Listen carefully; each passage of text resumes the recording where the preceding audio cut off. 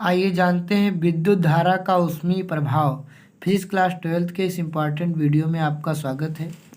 जब किसी चालक में धारा का प्रवाह होता है, जब ये चालक तार है इसमें धारा का होता है प्रवाह, तो चालक में धारा को संचरित होने के लिए, इस चालक तार में धारा जब बहती है तो उसके संचरित होने के लिए चालक के प्रतिरोध के विरुद्ध, चालक में जो क्या होता है प्रतिरोध होता है, उसके विरुद्ध कार्य करना पड़ता है। यही कार्य जूल के नियमानुसार, एक वैज्ञानिक जूल थे, उन्होंने बताया कि यही कार्य जूल के नियमानुसार उत्पन्न ऊष्मा के तुल्य होता है। माने जितना कार्य किए हो तो उतनी ही ऊष्मा इसमें उत्पन्न होगी जब प्रतिरोध विरोध करेगा, जिसे विद्युत ऊर्जा भी कहा जाता है। तो आइए जानते हैं इसका न्यूमेरिकल रूप क्या होगा। V बराबर डब्ल्यू बटे क्यू पढ़ चुके हैं आप, तो यहाँ से निकालेंगे W बराबर तो आएगा VQ, और पहले से पढ़ चुके हैं यहाँ पे V बराबर IR और Q बराबर I इंटू टी। तो W बराबर क्या आएगा IR इंटू IT, तो यह आ जाएगा I स्क्वायर इंटू RT। भाई यहाँ B की जगह IR रख दिया, Q की जगह IT, तो I स्क्वायर RT आ गया W बराबर। तो ये हो गया कार्य, इसका मात्रक होता है जूल, कार्य ऊर्जा ऊष्मा का। आइए जानते हैं जूल के नियमानुसार क्या होता है, या फिर डायरेक्ट देख लेते हैं।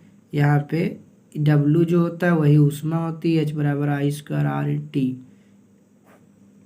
ये हो जाएगा। तो यदि मुझे देखो दो मात्रक में होता है, अगर H बराबर लिखेंगे I स्क्वायर RT बटे J, तो ये आएगा तुम्हारा कैलोरी में मान आएगा। ये आपका मान आ जाए किस में, कैलोरी में।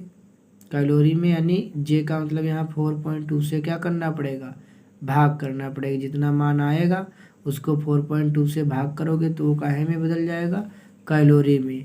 और वैसे ये वाला किस में आएगा, जूल में। तो यदि जूल से ऊष्मा का मान कैलोरी में लाना है तो आपको 4.2 से क्या करना पड़ेगा, भाग करना पड़ेगा।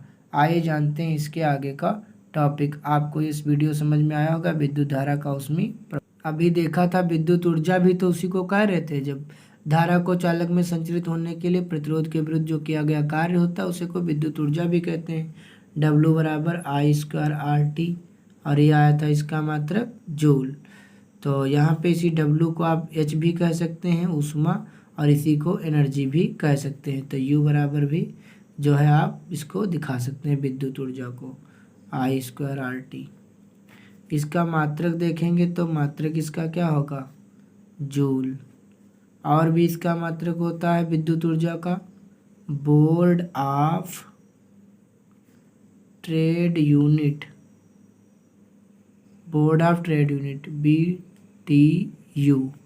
BTU। इसको आप और मात्रक से देख सकते हैं KWH, ये भी यूनिट है। KWH मतलब किलोवाट घंटा, किलोवाट घंटा। अब देखोगे 1 किलोवाट घंटे में 1 यूनिट बिजली होती है। अब देखते हैं 1 यूनिट में कितने किलोवाट 1 किलोवाट होता है घंटा। 1 किलोवाट में कितने वाट होते हैं, 1000 वाट इंटू 1 घंटा। 1000 वाट इंटू 1 घंटे में 3600 क्या होते हैं सेकंड। तो इसका जब गुणा करेंगे तो 36 गुणे 2 0 2 1 3 2 5 10 की पावर 5 वाट इंटू सेकेंड, या 3.6 इंटू 10 की पावर, देखो 5 था, एक अंक के बाद दशमलव लगा तो यहाँ हो जाएगा 6 वाट इंटू सेकेंड। या फिर हम कह सकते हैं 1 यूनिट में इतने वाट सेकेंड होंगे, या हम कह सकते हैं 3.6 10 की घात 6 जूल। जूल भी बोल सकते हैं और वाट सेकेंड भी बोल सकते हैं। आइए जानते हैं विद्युत शक्ति के बारे में।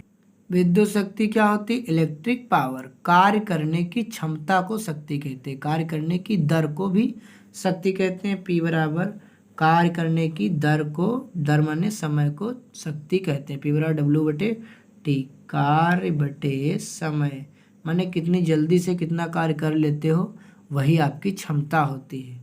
W बराबर क्या पढ़ रखे हो, I स्क्वायर RT। तो अगर यहाँ P निकालोगे तो I स्क्वायर RT के बटे कौन आएगा, T से T कैंसिल, तो P बराबर आएगा I स्क्वायर इंटू R। ये फार्मूला निकल के आएगा। आपने पढ़ रखा है B बराबर IR, तो अगर यहाँ से जो है P बराबर इसमें से IR अलग कर लीजिए और एक I अलग कर लीजिए, तो I यहाँ पे हो जाएगा VI, तो P बराबर आएगा VI, एक सूत्र ये भी आ जाएगा। और अगर आप जहाँ पे जो है I की जगह फिर से रख देते हैं क्या V/R, तो ये फिर से हो जाएगा V²/R, तो एक फार्मूला P का हो जाएगा V²/R। तो इस प्रकार से 3 फार्मूले होते हैं, P बराबर I²R, P बराबर VI और P बराबर V²/R। यहाँ देखेंगे जो शक्ति है P एक सदिश जो है अदिश राशि है, इसमें कोई दिशा नहीं होती है। कैसी राशि है? अदिश राशि है। मात्रक देखेंगे इसके, तो यमकेश पद्धति में इसका मात्रक क्या होगा? P बराबर W/T। W का क्या होता है? जूल, और इसका क्या होगा? समय का सेकंड, तो जूल/सेकंड होगा। SI मात्रक मुझे याद रखना होता है, तो शक्ति का SI मात्रक क्या होता है? वाट। FPS में अगर देखेंगे तो ये आपका आएगा हार्स पावर माने HP। हिंदी में कह सकते हो अश्व शक्ति, एक घोड़े की शक्ति।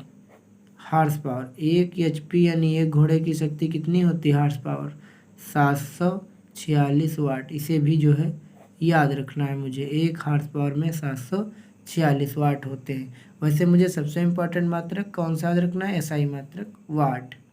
बीमी सूत्र अगर निकालें तो इधर जो है बीमा निकाल देते हैं इसकी, तो P बराबर W/T। कार्य ऊर्जा ऊष्मा सबका बीमा होती है mL2 T⁻⁻2 और समय की T, तो इसको जो है यहाँ पे लिखेंगे mL2 T⁻³ हो जाएगी, ऊपर जाएगी। ये हो गई इसकी बीमा। आइए एक छोटा सा और टॉपिक देख लेते हैं इसमें।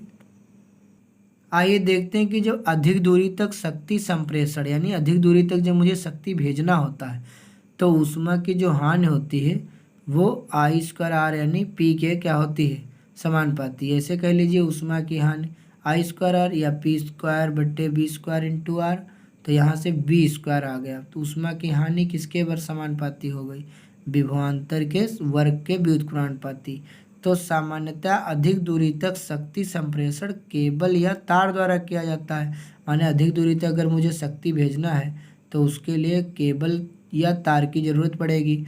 जब धारा इस केबल या तार में से प्रवाहित होती है तो तार गर्म हो जाता है, जिससे ऊष्मा की होती है हानि, और यह ऊष्मा हानि निम्न सूत्र से दी जाती है। कौन से सूत्र से? इस सूत्र से। ऊष्मा हानि जो होती है वो विभवांतर के वर्ग के व्युत्क्रमानुपाती होती है। आइए करते हैं एक न्यूमेरिकल, और इसी के साथ ये लेसन हो जाएगा पूरा कंप्लीट। देखते हैं न्यूमेरिकल। किसी कार की बैटरी का विद्युत वाहक बल 12 वोल्ट है। यदि बैटरी का आंतरिक प्रतिरोध 0.4 ओम हो तो बैटरी से ली जाने वाली अधिकतम धारा का मान क्या होगा? तो देखो विद्युत वाहक बल E बराबर 12 वोल्ट है, स्मॉल r यानी आंतरिक प्रतिरोध 0.4 ओम है। मुझे I निकालना है, तो E/R+R, ये सूत्र लगाना पड़ेगा। देखो बैटरी से ली जाने वाली अधिकतम धारा तभी ले पाएंगे जब परिपथ का प्रतिरोध कितना हो जाएगा? 0। तो यहाँ हम 0 रख देंगे, तो सूत्र क्या आएगा? I बराबर E/r। E का मान है हमारा 12 वोल्ट, स्मॉल r का मान 0.4, दशमलव हटाया तो यहाँ पे 0 बढ़ाया, तो 20 से 20 हो गया, 4 से काटा 4 × 12 और 0, 30 एम्पियर की धारा इसमें प्रवाहित होगी। अधिकतम कब? जब परिपथ का प्रतिरोध 0 होगा। इसी के साथ ये टॉपिक होता है समाप्त और ये लेसन भी हो जाता है कंप्लीट। मिलेंगे नेक्स्ट वीडियो में नेक्स्ट चैप्टर लेकर, सरल परिपथ, जिसमें हम चर्चा करेंगे किरचॉफ के नियमों की। तब तक के लिए स्वस्थ रहिए, मस्त रहिए और अपना पढ़ते रहिए। धन्यवाद।